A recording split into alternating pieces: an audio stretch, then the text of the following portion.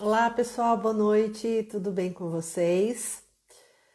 Hoje estamos aqui mais uma vez, é, parte 2 de bebês que não pegam o peito, né? Semana passada a gente começou com esse tema, mas nós não conseguimos finalizar porque é um tema bem extenso e ainda vinham perguntas, então a gente achou melhor dividir em duas partes, né?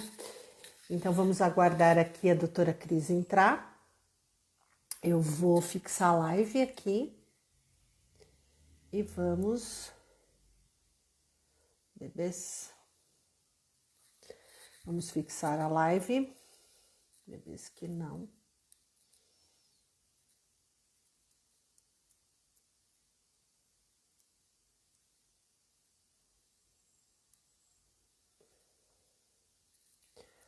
Parte 2. Vamos lá, a doutora Cris já entrou. Vamos só fixar aqui e a gente já... Aí, vamos chamar lá. E vamos que vamos. Isso mesmo.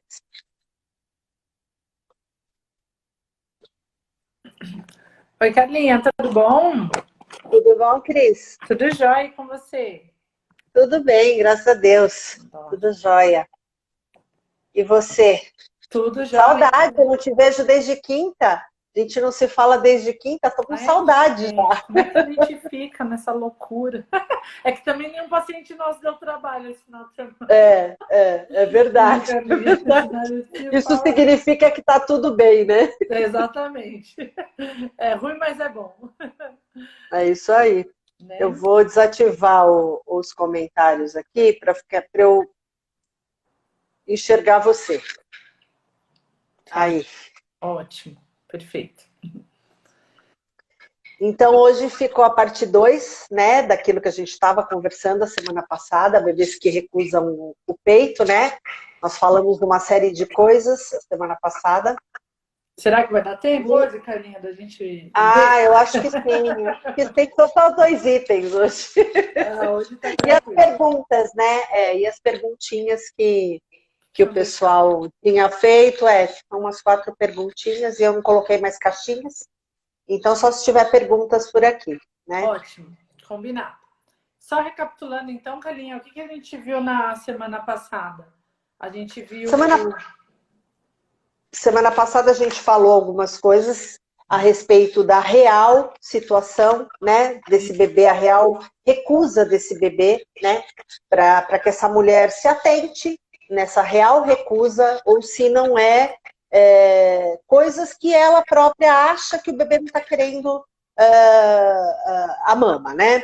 Então a gente falou a respeito de como que isso ocorre, qual é os reflexos de ejeção, para ela verificar se essa mama está preparada para esse bebê vir ao peito, se ela tem reflexo de ejeção, se ela não tem, né? O que mais que a gente falou? Demos algumas sugestões para ela, né, de mudanças de ambiente, a mudança de ambiente também pode ser impactante aí no momento da recusa, porque o bebê se acostuma, né, com um ambiente mais calmo. Então, se ele está habituado a estar num ambiente mais calmo e, de repente, ela passa a compartilhar um ambiente com outras pessoas, conversas, brincadeiras de outros filhos, por exemplo, a criança passa a brigar um pouco com o peito, porque ela quer prestar um pouco atenção no que está acontecendo, ou o próprio barulho esteja incomodando, né? Algumas pessoas prestando cuidado, né, para esse bebê, várias pessoas, que isso não é um cenário que atualmente esteja acontecendo.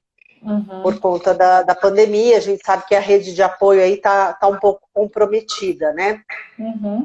Mas quando essa criança fica muito, com várias pessoas prestando esses cuidados, a criança, quando vem para a mãe, ela também acaba estranhando um pouquinho, né?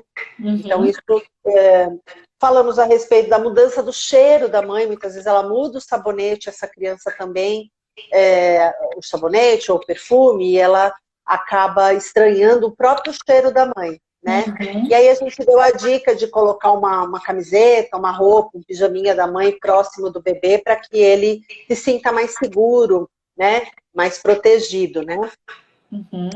E aí a gente entrou efetivamente nos casos que podem realmente impactar e que tem que ser direcionado por um profissional, né? Por alguns profissionais, seja pediatra, seja a enfermeira aí da amamentação, para identificar o que possa estar acontecendo aí. Então, nós falamos a respeito de bebês que resistem às tentativas de serem levados ao peito por uma série de fatores, né? Ou pela própria idade, ou pela própria sensibilidade dele em relação à mãe. A mãe muitas vezes está nervosa, está ansiosa, né? Está agitada, e o bebê sente toda essa mudança de comportamento da mãe e do próprio ambiente, né? A gente falou como que foi essa vida uterina desse bebê, precisa entender como que foi essa gestação, como que foi esse parto, né? O que aconteceu ao redor no momento desse parto, o que aconteceu, o que acontece no momento que ela está amamentando, né? A gente já falou ali atrás. E as tentativas de organização a respeito disso, né? E a gente deu algumas dicas, que está lá na outra live. Falamos também a respeito de bebês que não conseguem pegar a areola, né? Não conseguem fazer a pega eficiente ali do conjunto da obra, acaba parando ali na parte mamilar por conta ou de uma mama engurgitada, né? Ou de uma mama não preparada para que esse bebê venha, né? Para o peito. Hidratar esses mamilos com as pomadas também é um problema, porque ele também não consegue ajustar essa pega porque escorrega, né? Nada contra as pomadas de lanolina, mas a gente tem a nossa própria proteção do nosso corpo, né? A nossa areola tem ali as glândulas de Montgomery que faz essa lubrificação, né? E o próprio leite faz já essa hidratação, já trabalha a favor disso, né? Não precisa da pomada mesmo porque a pomada ela não faz cicatrização, a pomada não faz, ela pode ajudar no desconforto, né? Mas ela mais prejudica, ao meu ver. Eu não gosto muito de indicar pomada, e quando a mãe tem e quer usar porque comprou ou porque acha que tem que usar, eu falo para ela, gente, mostrar a pomada para a parte que está fissurada, escoriada, a parte que você está se sentindo desconfortável. O cheiro da pomada, porque a pomada é muito gordurosa. Até eu fiz um post sobre ela hoje, falando que se essa pega não for ajustada, se você, para não ter fissuras, escoriações e outras tomadas de decisão, você vai ter que comprar um carneiro, uma ovelha, para ficar extraindo essa lanolina dele, né? Para poder, essa gordura, para poder melhorar essa situação.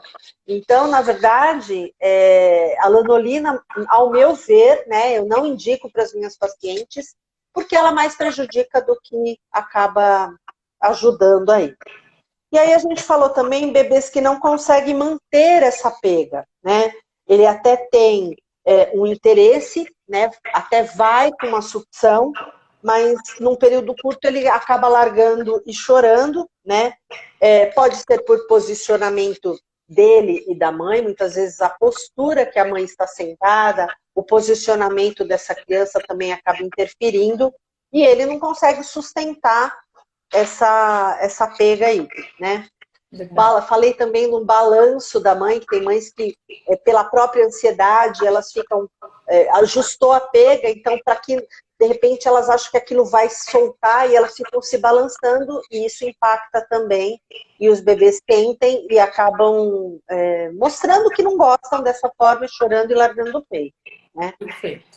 Uma mama muito volumosa, nós falamos também a respeito de uma mama que é muito volumosa, a criança muitas vezes não consegue sustentar a pega, porque a mama já é volumosa e com o engurgitamento, com os alvéolos mais cheios de leite, a mama meio que dobra e os mamilos acabam indo, se posicionando mais para baixo. Então a mãe não consegue muitas vezes sustentar essa mama, fazer o Czinho lá da pega, da pinça, para poder colocar na boca do bebê e trazer o bebê, né?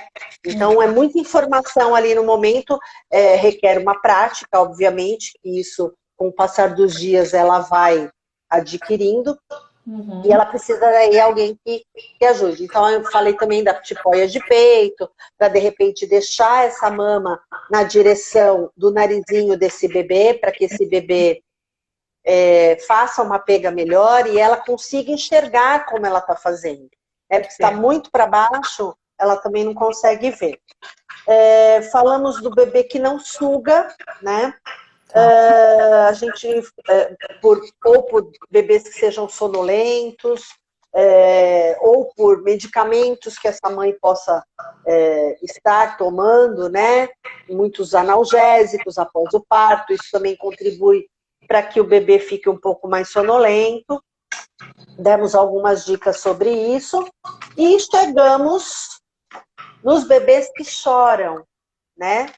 Tá. Era o item que a gente ia começar a falar outro. Bebês que choram demais. Então, o bebê que começa a chorar, o que acontece? Você tem alguma consideração a fazer com tudo isso? Não, acho que era só para dar uma retomada para o pessoal que está entrando saber o que a gente já falou, porque senão às vezes fica fazendo um monte de perguntas sobre a live anterior, né? Enfim, só para o pessoal já saber.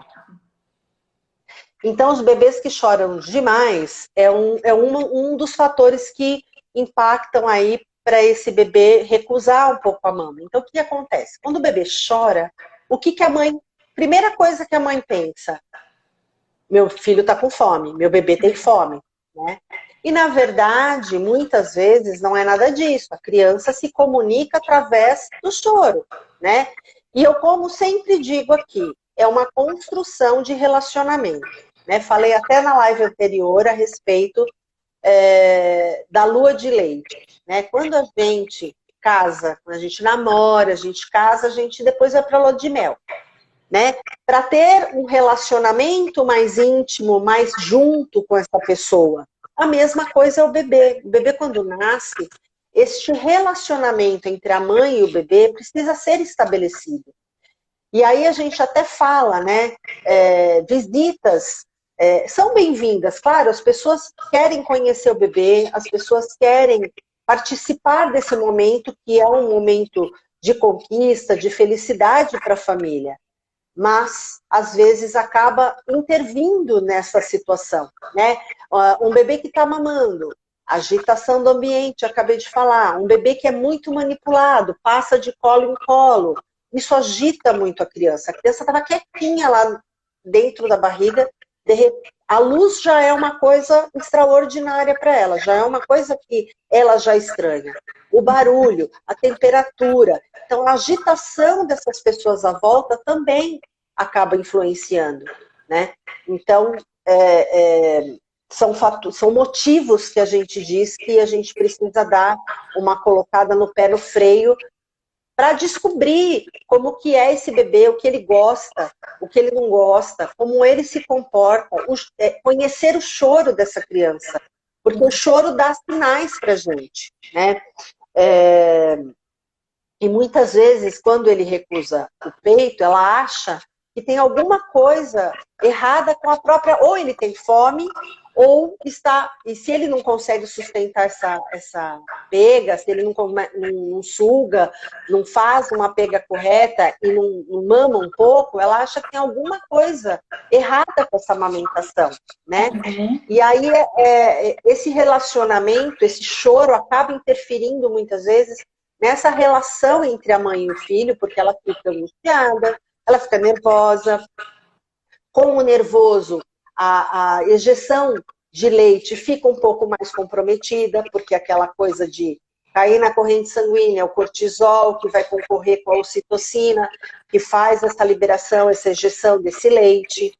Então, percebe que é um monte de coisinhas, a gente acha que é só colocar o bebê no peito, que é instintivo, e que tudo vai embora. Não, não é. São várias e várias questões que você precisa identificar e conhecer o seu bebê. Então, por exemplo, existem vários motivos pelos quais o bebê chora. Então, vamos lá, eu vou dar algumas dicas sobre isso. Uma delas, ele sente um desconforto, tá? Então, pode ser um desconforto, porque ele está sujo, de repente, entre uma mamada, ele estava mamando, aí ele começou a se mexer, se retorcer ali, ele fez um cocô, você não percebeu, e continua, ele falou, não, ele mamou um pouquinho, eu vou apertar de novo. E ela recoloca nesse peito e essa criança chora, porque ele está sujo, né? Então pode ser um desconforto. Essa criança pode estar com calor, né? Então muitas vezes, principalmente nesta fase de inverno, de frio, o que as mães fazem? Põe o macacão, enrola com a mantinha, coloca o cobertor, porque acha que a criança tem frio. E muitas vezes a criança está até com calor, porque ela está ali fazendo uma atividade, ela está ali trabalhando, sugando. Ela também sua, né? Contato então com a ela pele também... da mãe, né? A pele da mãe também esquenta o bebê, né? Então... Exatamente. Então a pele da mãe, esse monte de roupa faz com que a temperatura dessa criança também fique mais alta, né? E ele sinta calor. Pode ser frio, porque muitas vezes as mães, porque o bebê é sonolento, então ela acaba, por nossas orientações, a retirar um pouco mais de roupa, e a criança, depois que pegou, se estabelece ali, dá uma rebaixadinha e acaba sentindo frio, né? Então pode ser por algum desconforto ou por uma própria dor mesmo, né? Às vezes ele está com alguma dorzinha. Então precisa se identificar esse choro. Então um deles, primeiro de tudo, seria um desconforto. Segundo, cansaço. Muitas vezes as crianças choram porque elas estão cansadas, ou por muito estímulo, né? Acabamos de falar aí, de colo em colo, né? As pessoas querem conhecer, então passa de colo em colo, muita manipulação dessa criança, troca. Ai, mas eu esqueci de... Ele golfou. Ah, mas eu esqueci de ver a fralda. Aí abre toda a criança de novo. Então, a criança muitas vezes fica cansada. Os bebês, eles precisam mamar e dormir. É exatamente o que eles fazem. Eles passam um períodozinho acordado? Passam. Mas eles mamam e dormem, né? Então, a manipulação muito intensa também cansa o bebê. E ele chora por conta do próprio cansaço, né? Uma alimentação da própria mãe. Por isso que a gente fala que é muito importante ser direcionada por um nutricionista, né? Por quê? Porque o próprio alimento da mãe pode produzir uma fermentação maior para esse bebê, esse bebê pode ter um peristaltismo mais presente, mais acentuado pelo próprio alimento materno, né? Então, tudo aquilo que a mãe acaba comendo ou bebendo, chás, por exemplo, chás também tem muita cafeína, né? Chá preto, chá mate, tem muita cafeína, então estimula muito essa criança e a criança fica cansada do próprio estímulo, ela fica agitada e isso incomoda muito ela, né? Então refrigerantes, e principalmente os refrigerantes que tem cola, né, que dão aí uma certa agitação, o café, né? Então a gente pede para evitar esse tipo de alimento e de bebida para que o bebê não fique tão agitado, né? Sem falar do cigarro, do álcool, né? O álcool, embora a gente saiba aí que existe um índice que a mãe até pode beber uma coisa ou outra, mas dependendo da idade dessa criança, né? E dependendo do tamanho do corpo dessa mãe, né, se ela é pequena, se ela é mais avantajada, a metabolização desse álcool também fica muito presente aí e muitas vezes essa criança acaba ingerindo álcool. E o cigarro, o tabagismo, sem comentários, todo mundo sabe o quão faz mal para essa criança. Pode até comprometer a respiração do bebê, né? Ele ficar incomodado e chorar pelo próprio cheiro do ambiente, né? As cólicas também é um fator no qual o bebê acaba chorando de cólica. Mas aí existem sinais, você precisa prestar atenção nos sinais que esse corpo está mostrando. Né? A criança que tem cólica, ela não vai estar paradinha, chorando, deixando a mãe louca. Não, o corpo dela vai estar mostrando, ela vai estar se torcendo, levantando a perninha, toda a posição que você põe, a criança não fica bem, né? Então, percebe que são várias questões que você precisa identificar e é uma relação muito de perto. Como que você vai conhecer uma série de questões a respeito do seu filho se você não tem o tempo para ele, tem que dar atenção para outras coisas à sua volta? Então, é uma construção mesmo, né? Uma construção muito íntima entre vocês. Claro que as outras pessoas acabam identificando, mas a gente, quanto mãe, está muito perto. Você está amamentando, então essa relação, você está vendo o que está acontecendo. E a gente fala sempre para as mães, preste atenção nas reações dos seus filhos. Né? Quando ele está mamando, a gente meio que adestra, né? As mães, a gente fala, presta atenção, olha como ele está reagindo, olha a mãozinha, olha o corpinho, né? Olha o olhinho, né? Prestar atenção no outro, né? Isso é muito importante. E muitas vezes... Posso falar algumas coisas em relação ao que você comentou? Lá no consultório, já faz, acho que, quase 2 meses que a minha orientação está realmente sendo zero de leite derivado depois do nascimento do bebê. Então, as mães não estão mais consumindo leite e diminuindo bastante industrializado, principalmente o farináceo. A gente sabe que as cólicas começam a partir de 21 dias, entre 3 e 4 semanas. Então, a orientação está sendo elas ficarem livres de leite e, se possível, glúten nesse período. E porque a gente tem um intestino imaturo do bebê, então a gente espera um pouquinho, não é para diminuir a alergia, nem nada disso, é só para tentar realmente ser um pouquinho mais gentil com esse intestino do bebê que não foi usado, né, digamos assim, durante a gestação. Me parece que eles evoluem com menos intercorrência nesse sentido. Também já é iniciado logo na primeira semana de vida o probiótico, então dependendo da via de parto, se ele foi normal, é um probiótico, se for um parto cesárea, é um outro probiótico que eu acabo colocando. O que tem dado muito resultado e uns resultados legais, de não precisar, de não ter tanta intercorrência com a questão de cólica. Então, só para as mães se ajustarem, e se continua, ainda existe uma outra orientação que dá para tirar realmente os alimentos que causam essa fermentação, que a gente chama de food maps, mas aí precisa realmente do acompanhamento da nutricionista materno-infantil, porque senão a dieta pode ficar muito restritiva, muita pouca caloria, muita pouca proteína, e não é esse o momento para a gente fazer qualquer tipo de questão restritiva. E, bom, cigarro, nem precisa falar, né? É o que você falou. E lá no consultório também eu oriento zero de álcool, porque a gente está falando de um ser com o cérebro em desenvolvimento. Então é diferente, né? A gente que já tem o cérebro formado, acabar jogando álcool, né? Digamos assim, do que quando a gente tem uma ingestão com o cérebro em desenvolvimento. Então, não tem a tacinha de vinho da longevidade, né? Que o pessoal tem esse costume aí de falar que uma tacinha de vinho não faz mal. A minha orientação lá no consultório é zero, independente de recomendações Tem até sticks, né, que mostram quanto de álcool você tem no seu leite materno, mas totalmente eu contraindico esse tipo de conduta. Essa é uma questão, sabe, Cris, que eu tenho visto muito nas minhas consultas, as mães, aquilo que a gente falou em outras lives, parece que elas querem a vida de volta no estalar de dedos, né?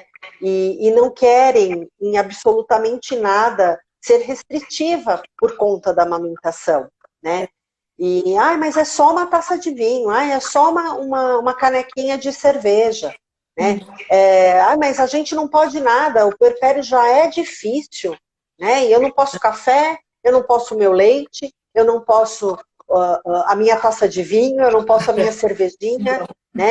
Mas, então, e aí é o que eu respondo para elas. A minha conduta também é zerar e falar não, mas a gente fala para ela, é uma escolha. O que você quer? É uma escolha, né? Ou você amamenta de uma maneira que seja realmente efetiva para o seu bebê, ou você larga de amamentar, toma o seu vinho, toma a sua cerveja, come a sua carne gordurosa, come seu chocolate, você faça tudo da maneira que você achar que deve fazer, mas aí a amamentação fica restrita, né? Aí a amamentação tem que ser, se pensar nisso, porque isso estará fazendo mal para o seu bebê, né? Então, o que eu percebo, e isso é uma constante, sabe, Cris? Eu tenho visto demais isso, e isso é uma coisa que até pontuar, me deixa... realmente isso acontece mesmo. O pessoal colocou na cabeça que vinho é saudável e parece que tá tudo liberado. É o vinho, né? Porque assim, a cerveja parece que agride mais e tudo mais. Mas o vinho, as pessoas têm mudado muito o padrão do atendimento no consultório. Antes era mais assim, ano novo, posso brindar uma taça de champanhe no ano novo. Meu aniversário, meu aniversário. As perguntas eram né? isso, Comemorativa. Atualmente quantas taças de vinho por dia eu posso tomar amamentando? Como assim? Né? Oi? Mas nem sem amamentar você pode tomar tudo isso, né?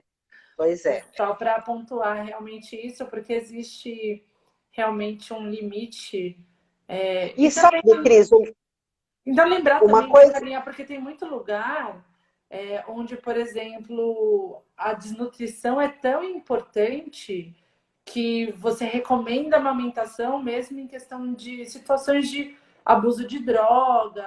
Então, por exemplo, então a gente faz isso. Então, as recomendações, elas são para uma população em geral, né? A gente vai individualizar e buscar o resultado ótimo, né? O melhor. Sim, sem dúvida, sem dúvida. Perfeito, é isso mesmo. Mas uma coisa que eu percebo também é assim, as pessoas vão buscar aquilo que elas querem ouvir. Ah, sim. Vai mudar de profissional. Então, é assim, não só isso, mas olha, você me falou isso, mas eu li X, Y e Z, né? A Sociedade Internacional de Pediatria ou a Sociedade Brasileira de Pediatria preconiza X, Y, Z, né? Então, é exatamente isso. A pessoa, ela contesta porque ela quer ouvir o que ela quer ouvir, pronto. Né? Exatamente. Enfim. Voltando aí, né, o contato físico, né? Então a gente escuta as pessoas falarem, essa criança só quer ficar no colo, né? Essa criança, ela dorme no peito ou ela adormece no meu colo, eu coloco ela no berço, parece que ela tem espinho, ela chora. Gente, colo é amor. O recém-nascido e até os 3 meses de idade, isso o filho sempre, né? Amor, colo, carinho sempre para as pessoas, né? Principalmente para os filhos. Mas os primeiros 3 meses, o bebê precisa se sentir aconchegado, protegido. Tem crianças que precisam mais de colo do que outras, né? Então, o choro do aconchego, o choro do colo, também é importante você perceber, né? E você está ali para ele, é uma construção, lembra? Você está ali para ele. Por isso a gente tem a tal da licença maternidade. A licença maternidade não é para você, eu tive um bebê, então agora eu vou passear, também precisa ser feito isso, mas é um conhecimento, você vai conhecer essa criança, é uma construção, ele precisa de você nesse momento. Por isso você tem a licença maternidade, né? Muitos pais ficam preocupados quando dão muito colo, de estarem acostumando mal a criança a sempre estar no colo.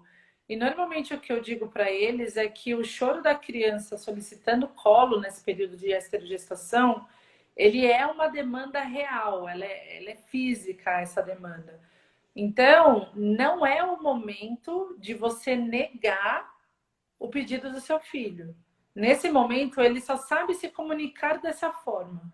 Então, se ele chorar e você prover o que ele está te solicitando, então, se ele está te solicitando colo e você dá o colo para ele, e ele para de chorar, ele fica cada vez mais seguro de saber que, caso ele precise, ele vai chorar e ele vai ter o colo. e daí ele vai ficando cada vez, ou deixando de chorar, porque ele já sabe que o pedido dele vai ser atendido. Então, na verdade, Atendido. quando você dá colo, você acaba por criar indivíduos mais seguros. Então, é exatamente o contrário. Porque daí quer dar colo o quê, né, Carlinha? Quando a criança tem 13 anos e não quer nem que você... Aí não quer, né? Me Aí não deixa quer. na esquina, pai. Mas sabe o que acontece com esse negócio de, mas ele solicita, eu vou pegar no colo, vai se acostumar no colo, e isso são os palpites que as pessoas escutam, Sim. né? Então, ó, você está acostumando mal, o bebê chora, você já está lá disponível. Gente, quem não gosta de amor e carinho? Uhum. Colo é amor, colo é aconchego, colo é proteção. A gente, quanto adulto, muitas vezes fala, ai, hoje estou tão triste, precisava de um colo de mãe, ou um colo de uma amiga. Não é verdade? Que dirá um recém-nascido que não sabe nada. Exatamente. Não é? Com certeza. Outro fator que impacta aí no choro são alguns casos reais de comprometimento físico. Então, uma dor importante, uma fratura de clavícula possa vir a acontecer no momento do parto, seja lá qual for, uma dor real, né? Uma dor real. Só que o choro de uma dor real é diferente do choro quando ele solicita o colo, quando ele está com fome, quando ele está irritado e não consegue dormir, briga com sono, quando ele está sujo e está incomodado. Então, este reconhecimento do choro faz parte dessa construção da maternagem, né? A mãe, muitas vezes, identifica o choro. É claro que isso é uma prática, não é do dia para a noite, o bebê nasceu hoje e amanhã você já conhece. Não, gente. Dia após dia, as coisas vão acontecendo e você vai, opa, esse choro está diferente. Opa, hoje ele está num padrão diferente, hoje ele está mais irritado, hoje ele está mais calmo.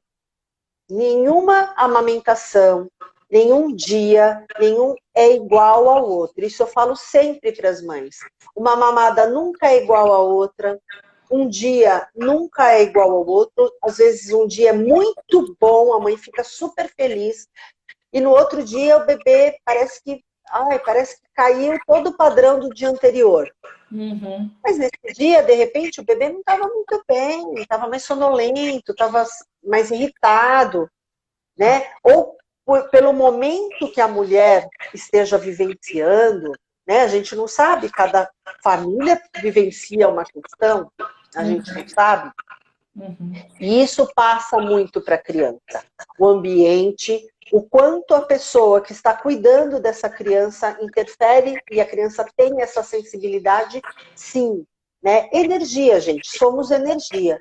Né? A gente consegue reconhecer uma energia que é legal e uma energia que não é muito boa. Né? Todos nós conseguimos identificar, ainda mais um bebê que é super purinho.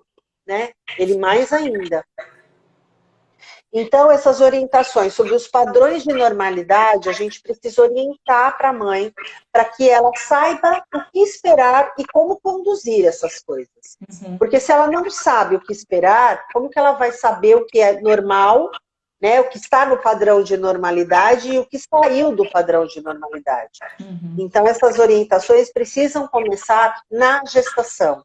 A gestação não é só para ela ir lá no GO dela, levar os exames, ver se está tudo bem com ela e com o bebê. Ela precisa, sim, conhecer o pediatra que estará com ela depois do nascimento do bebê ou no momento do nascimento do bebê, né? Uhum. Que ela assim o escolher. Ela precisa de uma orientação desses crescimentos do bebê, o que esperar do bebê na maternidade, o que esperar quando for embora da maternidade, como estará o corpo dela quando ela sair da maternidade, o que esperar desse leite. Né? Aqui na maternidade, a minha mama ainda está murcha. Eu tenho extração de colostro, mas daqui 3 dias o leite desce. E aí o corpo está completamente diferente.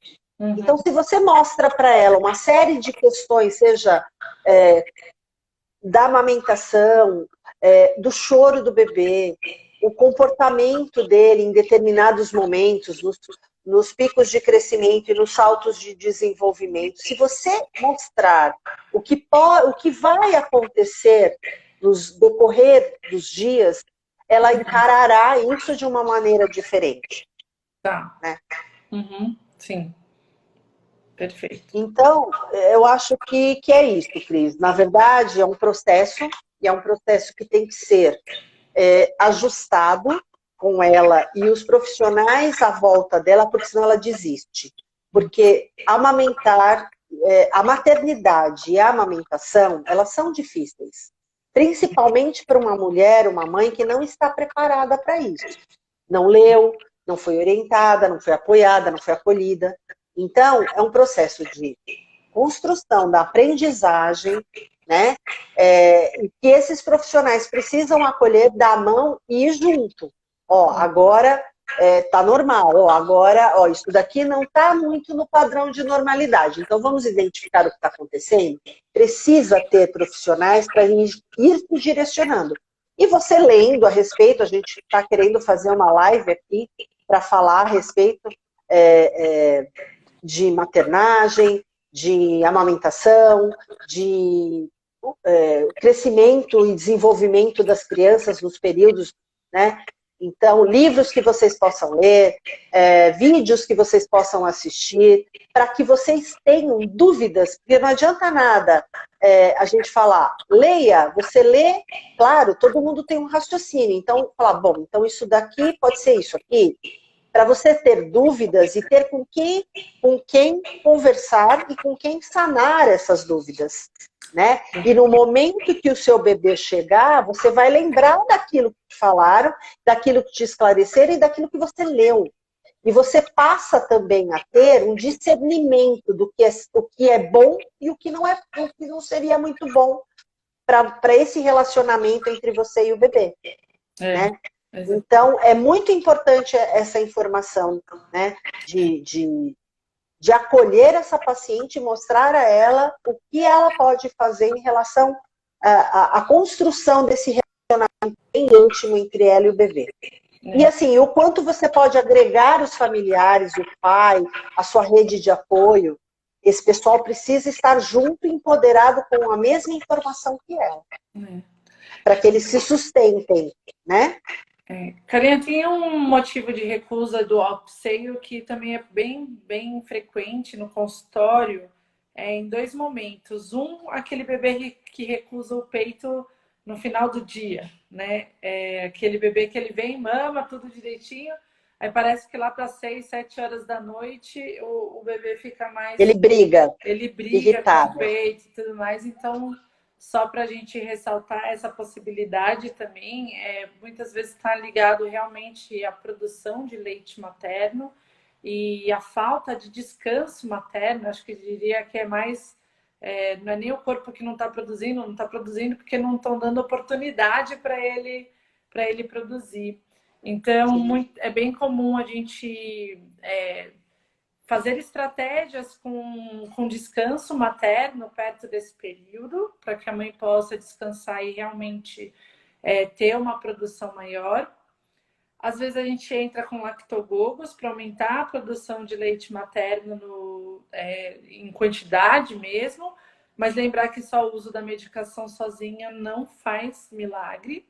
Então, otimizar ainda a questão de sucção do bebê, para otimizar o padrão de sucção do bebê, checar se alguma coisa não está alterando o padrão de sucção do bebê.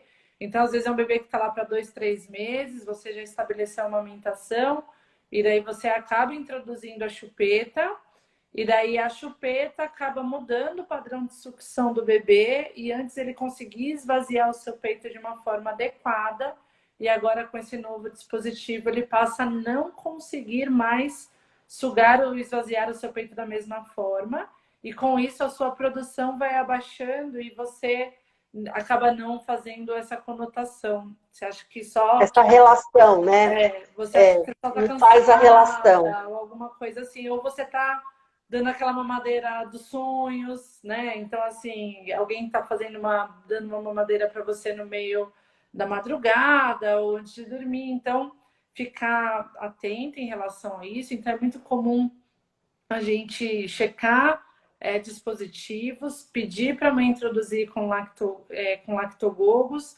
e ainda pedir para que ela faça estímulos em horários diferentes do bebê. Então, por exemplo, se o bebê mamou, ela vai ordenhar ao final do peito para fazer um estímulo a mais, porque só o que o bebê está sugando não está sendo suficiente para manter a produção dela.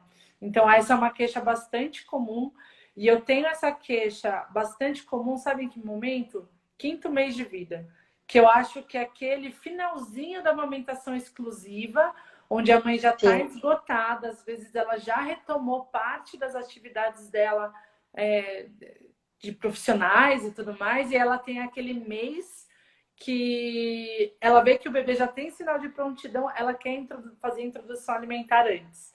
Isso é bem frequente, eu tô com um caso assim agora, e cada semana é uma luta que a mãe tá fazendo qualquer mandinga para Power Pump, Lactogogo e Power Pump, né? Lactogogo e Power Pump. Exatamente. Estimular as duas mamas ao mesmo tempo. Uma dica também, Cris, aí, enquanto o bebê está mamando num peito, com 5 meses, ela já consegue fazer isso. Se a criança é um pouco maior e tudo mais, ordenhar o outro, fazer a ordenha com a bombinha elétrica no outro peito. Né? Então, assim, ela também está otimizando o tempo dela. Né? Então, enquanto o bebê está numa mama, ela está ordenhando a outra. Então, isso é uma dica bem legal para quem já tem aí um bebê maiorzinho. E a gente tem os bebês que realmente entram em um processo de desmame, né, Carlinhos? Então, às vezes, tem bebê que vai começar a recusar o peito, porque a gente, lógico, a gente quer que os bebês sejam amamentados até 2 anos. Muitas vezes a gente precisa ficar convencendo as mães, né? Pelo amor de Deus, vamos mais um pouquinho, mais um mês, mais um mês.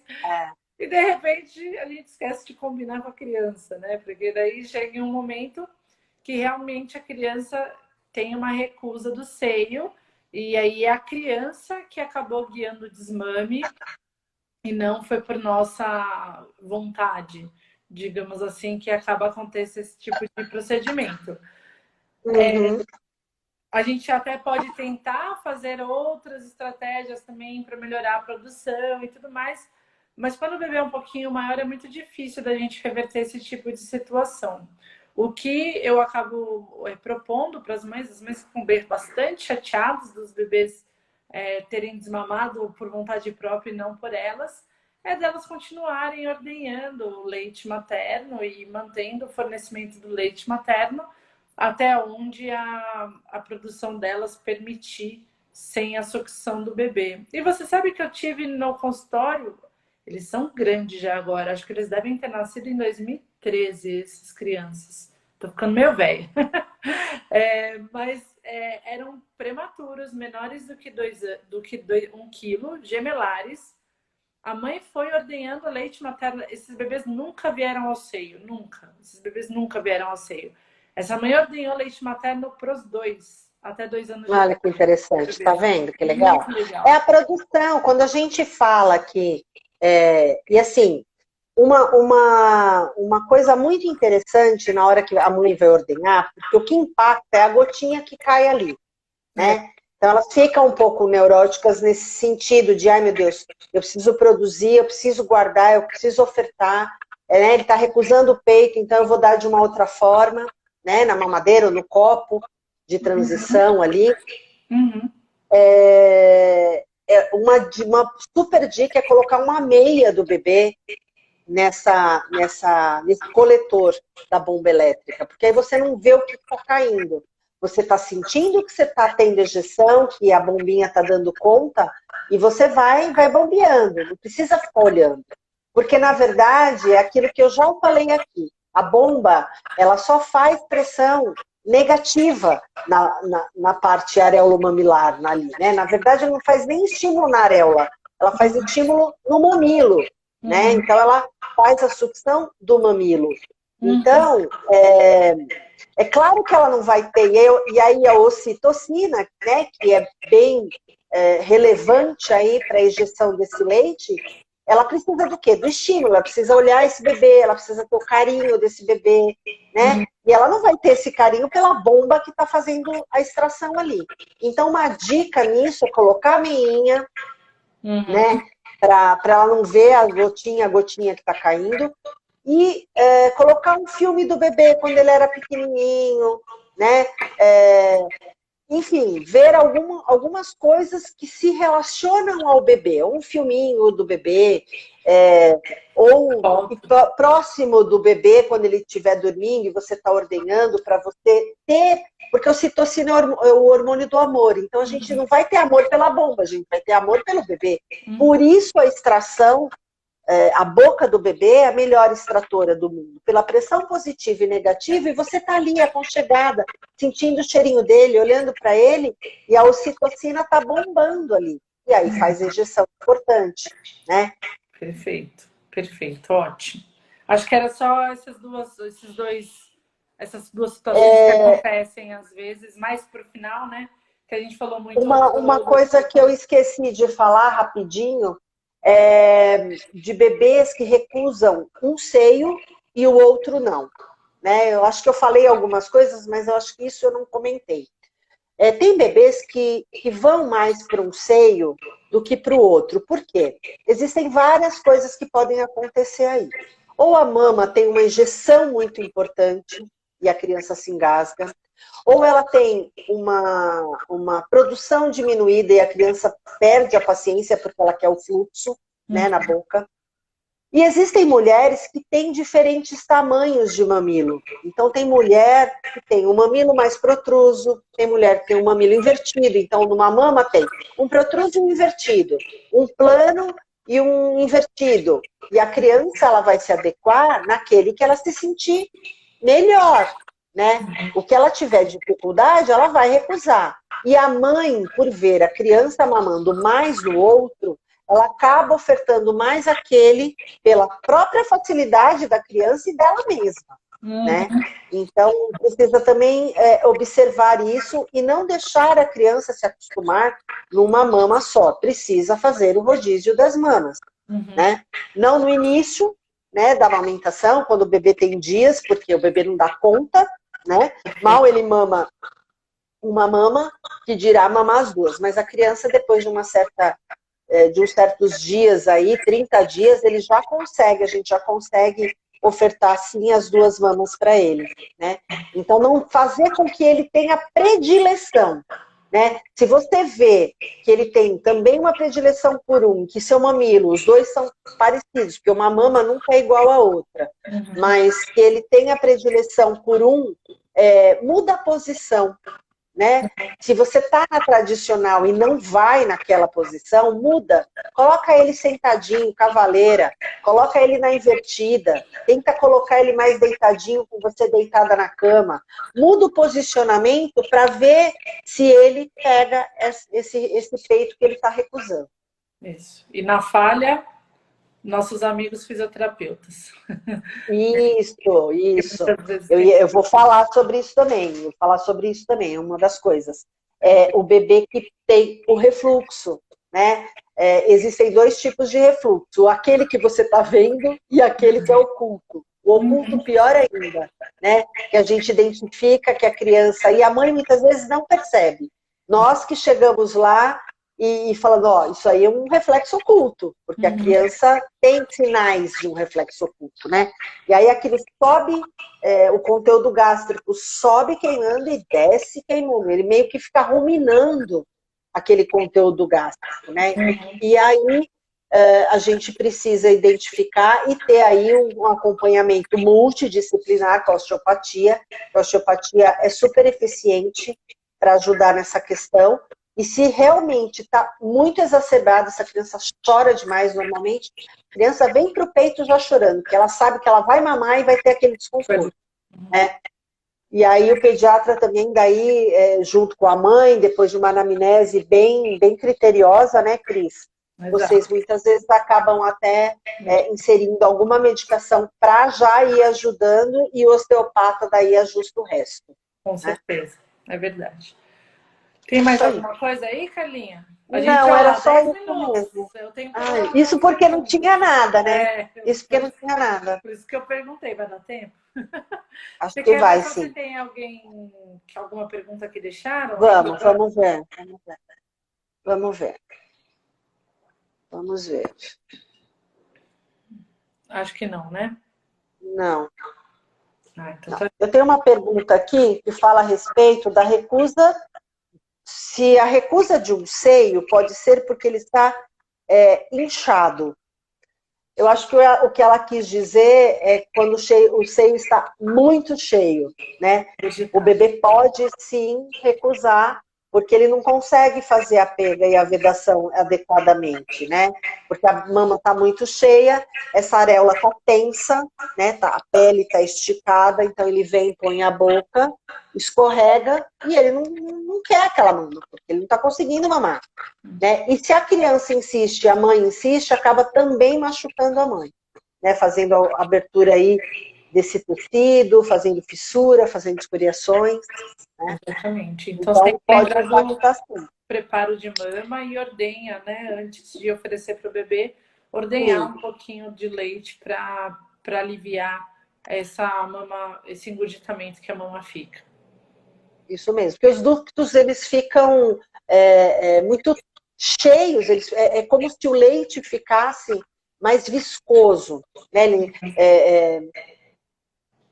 Porque ele é mais fluido. O leite, quando o bebê começa a mamar, ele vem, ele desce, ele é mais fluido.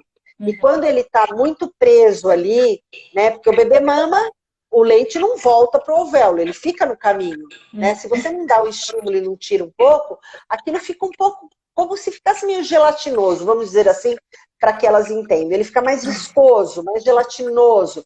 Então fica mais difícil a extração. O bebê tem que trabalhar por uma força facial ali muito mais forte, muito mais importante. Né? Então vamos aliviar esse trabalho para ele. Vamos preparar essa mama aí. Né? Deixar o conjunto da obra propício para isso. Outra pergunta. Fico muito ansiosa quando se aproxima o momento da mamada. E percebo que ele chora e briga com o meu peito. Essa é uma resposta já está na pergunta, né? Fico muito ansiosa quando se aproxima o momento da mamada. Ou seja, ela já tá na cabeça dela que o bebê vai chorar, que o bebê vai brigar com o peito dela, como que ela vai fazer, porque ele tem que mamar e toda vez é essa história. Então é aquilo que a gente acabou de falar.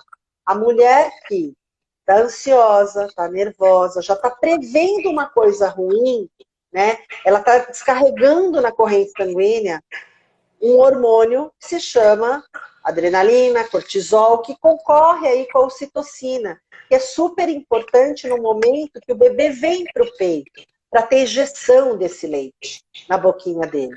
Então, um conselho que eu dou, não fique nervosa, não fique pensando que ele vai chorar, né? Coloca uma música calma, né? Respira, faz um exercício de respiração, vai dar tudo certo, põe uma música, né? Enfim, olha para o seu bebê e fala como eu amo essa criança, como é tudo que eu queria para mim. Isso tudo vai fazendo você relaxar e a injeção começa a acontecer, né? E o bebê começa a mamar, ajusta a pega, bonitinho, deixa esse ambiente propício para ele fazer a pega bem molinha ali, para ele encontrar um ambiente molinho, para ele vir fazer a pega efetiva e vai embora. É um exercício. É difícil trabalhar com a cabeça nesses momentos? Sim, é difícil, mas é possível. Né? É exercício. Para tudo a gente precisa exercitar. E principalmente aquilo que nos é mais difícil. Quando é mais difícil, a gente precisa treinar um pouco mais. Né?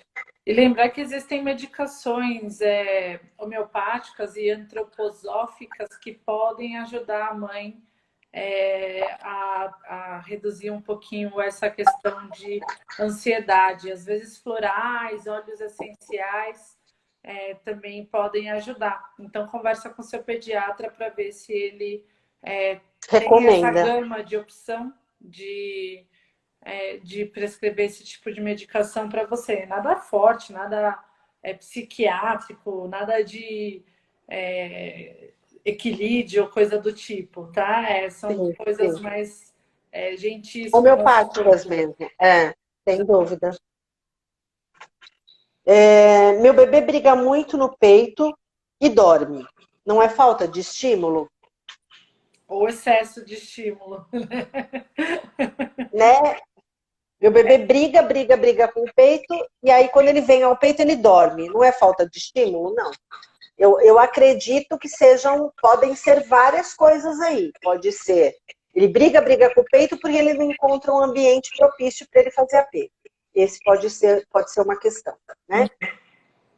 A outra questão ele está com fome e não está conseguindo fazer uma apego eficiente, o posicionamento pode estar errado, ou o seu ou o dele, ou de ambos, né? Porque o que eu muitas vezes vejo outro dia, essa semana, uma paciente falou para mim, a pega está ótima, foi tudo bem, o bebê está perfeito, mas as minhas costas estão daquele jeito, eu estou morrendo de dor nas costas. O que eu tomo, o que eu posso tomar para essa dor nas costas? Eu falei, olha, converse com o seu pediatra, né?